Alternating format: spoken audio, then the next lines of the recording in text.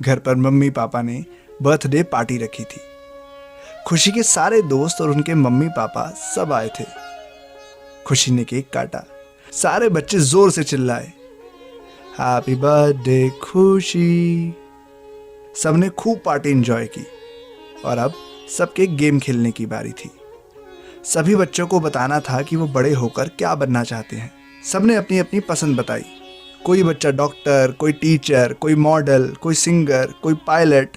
सबके माता पिता अपने बच्चों पर गर्व कर रहे थे। अब खुशी की बारी थी।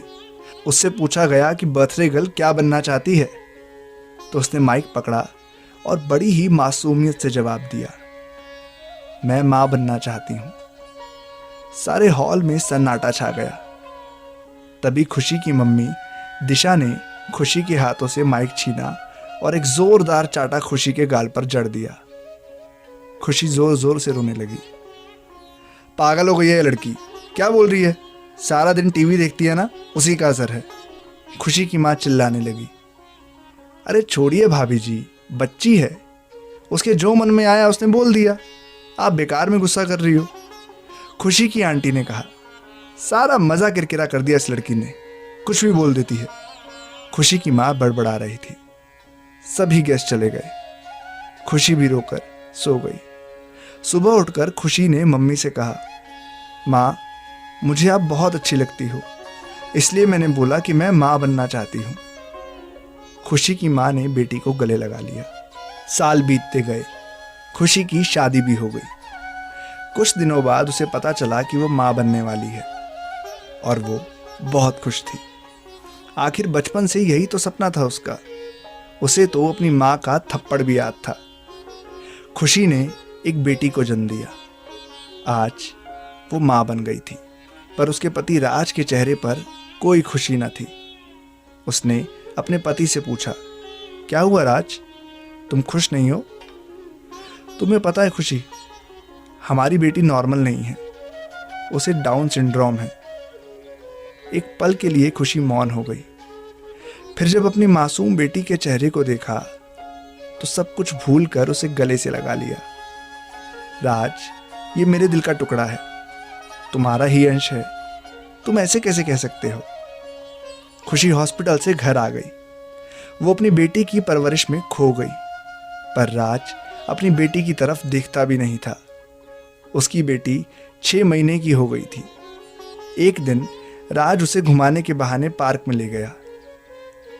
काफी देर बाद राज अकेला आता हुआ दिखा। खुशी ने पूछा, अरे हमारी गुड़िया कहाँ है? खुशी, मैं पार्क में बैठा था, तभी एक फोन आया, मैं उसमें बिजी हो गया और मैंने देखा कि गुड़िया वहां नहीं थी। खुशी समझ गई राज झूठ बोल रहा है। वो भागकर पार्क की तरफ भागी। सभी जगह जोर जोर से गुड़िया गुड़िया चिल्लाने लगी, पर गुड़िया कहीं नहीं थी। तभी पार्क का वॉचमैन पास आया और उसने कहा, आप किसी बच्ची को ढूंढ रही हो? एक साहब आए थे, वो एक बच्ची को बेंच पर छोड़कर चुपचाप भाग गए। मैंने बहुत आवाज़ दी, वो नहीं रुके। मैं उस बच्ची को घर ले गया, आप मेरे घर चलो। खुशी जल्दी से इस वॉचमैन के घर गई। उसने अपनी गुड़िया को उठाया और सीधे घर पहुंची। उसे देखकर राज नजरें चुराने लगा। खुशी ने अपने और गुड़िया के कपड़े सूटकेस में डाले, अलमारी से अपनी सारी ज्वेलरी निकाली, अपनी सारी सेविंग लेकर राज का घर छोड़ दिया। वो अपने मायके पहुंची। अपनी बेटी के इस कदम को देखकर उसके माता पिता ने उसे हौसला दिया। आज उनकी छोटी सी खुशी सच में एक पूर्ण मां बन गई थी। खुशी ने अपनी गुड़िया की परवरिश अकेले ही की।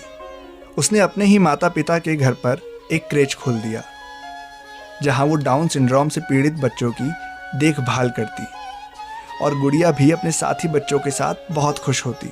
धीरे धीरे गुड़िया बड़ी होने लगी। खुशी का क्रेच फेमस हो गया। उसने किराए पर क्रेच के पास ही एक स्पेशल बच्चों का स्कूल खोल लिया। उसके इस प्रयास से शहर के समाज सेवी भी बहुत प्रभावित हुए और उसके पास पैसों की मदद आने लगी। आज खुशी भी एक सफल मां के रूप में जानी जाती है। उसकी बेटी गुड़िया भी अब बड़ी हो गई है। उसकी बनाई पेंटिंग्स एग्जीबिशन में खूब महंगे दामों में बिकने लगी। खुशी के माता पिता भी अपनी बेटी की इस उपलब्धि पर गर्व महसूस करते हैं। दोस्तों, खुशी के साहस को सलाम। हमें विपरीत परिस्थितियों में हार नहीं माननी चाहिए।